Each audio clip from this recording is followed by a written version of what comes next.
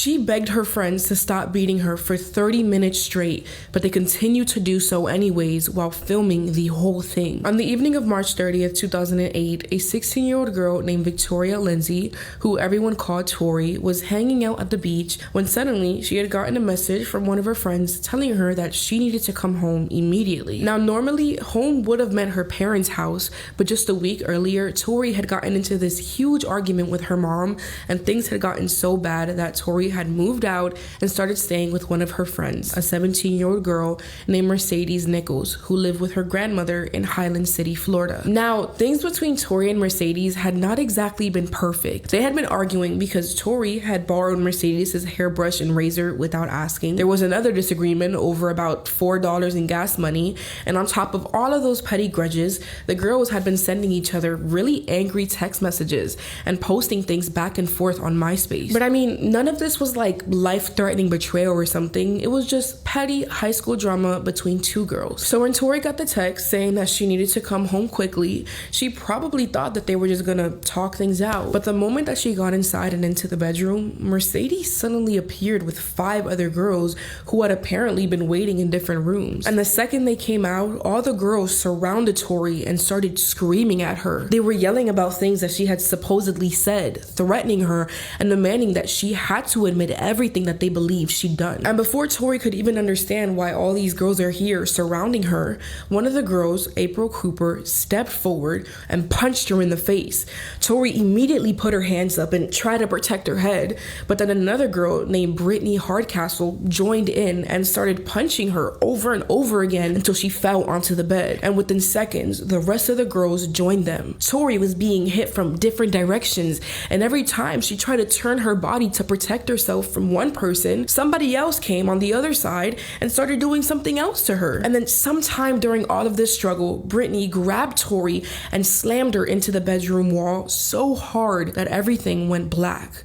Tori lost consciousness. When she finally woke back up, she was somehow sitting on the couch in the living room, and Tori had no idea how she had gotten there. Her head was pounding from being driven into a wall. Her vision was already starting to blur, and when she looked around, there were 6 teenage girls standing around the couch in this semi-circle, and all of them were just staring directly at her. Some were standing near the walls, others were right beside the couch, and someone was standing in front of the doorway so that Tori couldn't run away. And a few feet in front of her, one of the girls was holding a camera and pointing it directly at her. Tori had barely opened her eyes when one of the girls stepped forward and started hitting her again. Then that girl moved out of the way and another one came in, and that's when they started taking turns. One girl would walk over toward Tori, punch her several times, and then move back so that somebody else could move forward and do the same exact thing to her. Tori pushed herself farther into the corner of the couch, brought both her arms up over her head, and just tried to make herself feel as small as possible. She was crying, she was screaming for them to stop. Blood was running down her entire face, but they just kept on coming. Even after their own knuckles were covered in Tori's blood, they continued hitting her. They screamed at her to fight back. They taunted her and told them to hit them back, but every time Tori tried to stand up from the couch, one of the girls shoved her back down and started punching her again. At one point, Brittany stopped and looked down at her own hands just to see that her knuckles were bleeding from how many times she had just hit Tori. But instead of seeing that blood and realizing, whoa, this has gone way too far, Brittany looked down at Tori, who was shaking and just breathing uncontrollably, and said, "You think your lip is busted? Wait till I bust your nose too." Then she raised her fist and started hitting Tori again and again and again, just repeatedly. At some point during the attack, one of the boys who was in front of the house on lookout warned the girls that they were being way too loud and that the neighbors might hear them. And you would think that hearing that kind of warning would make at least one person inside of that room finally stop and realize what they were doing. But Mercedes, while sitting very comfortably on the couch watching her friend getting beaten, looked at the girls and said, "You don't have to stop beating her. just quiet down. And like little puppets, the girls did as instructed. They lowered their voices and continued. For roughly 30 to 35 minutes, Tori remained trapped inside of that room while the girls punched her in the head, the face, and across the rest of her body. And every time Tori finally thought it was ending, another girl moved toward her and continued attacking. Blood was pouring out of Tori's nose and mouth. One of her eyes had started turning black and purple. The left side of her face started swelling. Her vision was becoming blurry. And because Tori had already been knocked unconscious once, she could barely keep track of what was going on around her. But there was one thought that she just couldn't let go of, something that was stuck in her head. They are going to kill me. Eventually, after more than half an hour, the beatings finally started slowing down. But it wasn't because they cared or anything. No. It was because Mercedes' grandma was about to be done with work, but they still weren't going to let Tori just walk outside the house. Instead, Mercedes, Brittany Mays, and Brittany Hardcastle forced her into a car and drove away from the neighborhood. And as Tori sat there, bruised, bleeding, and barely even able to think straight, she had no idea where they were taking her, or if something even worse was about to happen. But eventually, Tori looked out of the window and realized the car had pulled into the parking lot of a CVS.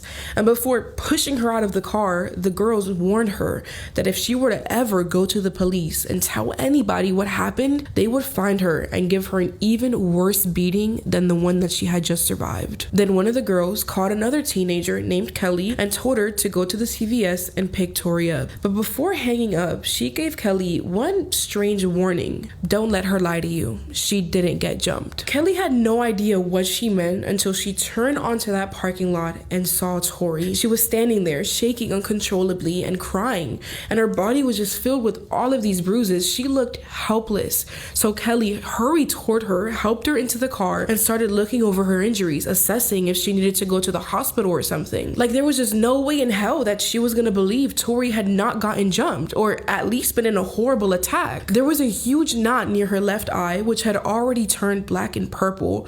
Blood was covering her mouth and her face. One of her teeth was broken, and Tori looked so dazed that she could barely even speak. Kelly drove her back to her house, and as soon as the adults there saw the condition that Tori was in, they immediately called 911. And at some point, paramedics arrived and rushed Tori to the hospital. And once doctors began examining her, they realized that her injuries were much worse than they had looked from the outside. Tori had suffered a concussion from all the blows to her head.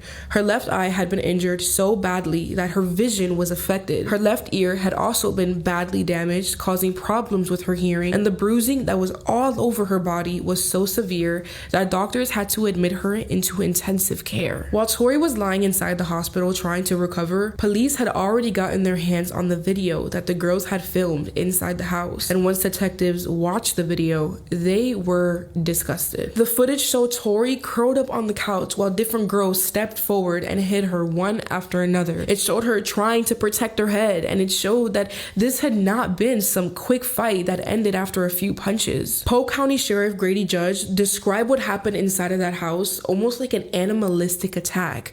He said that the teenagers showed almost no remorse when they were first questioned, so he pushed for all 8 of them to be charged as adults. 6 girls were arrested along with the 2 boys accused of acting as lookouts. The sheriff's office eventually released 3 minutes of the beating video, and almost instantly it was everywhere. News stations played it on the television, people reposted it online, and at one point 6 of the 20 most watched videos on YouTube were connected to Tori's attack. Which, if you really think about it, that's honestly like one of the darkest parts. These girls filmed themselves beating Tori up because they wanted the video to go viral. And even after they were arrested, it became exactly the spectacle that they wanted. At the end of the day though, everybody who saw Tori curled up on that couch had the exact same reaction. Please lock them up. But out of the 8 teenagers that were originally arrested, only one of them had spent time in jail. Brittany Hardcastle, the girl who repeatedly punched Tori and slammed her head into the wall hard enough to knock her unconscious. She pleaded guilty to battery and false imprisonment, and she was sentenced to 15 days in jail. 15 days. That is disgusting, to say the least. The other girls mostly received probation and community service, while the charges against the 2 boys were eventually dropped because there wasn't enough evidence to prove that they had taken any part in the attack. I'm sure that it's not the justice that her family would have wanted, but I truly hope that Tori today is doing well. And if she ever sees this, just know that your story has truly saved so many boys and girls from entering a situation that could have cost them their lives. That is all that I have for today. I love you guys. Mwah. Please be safe out there. Group hug.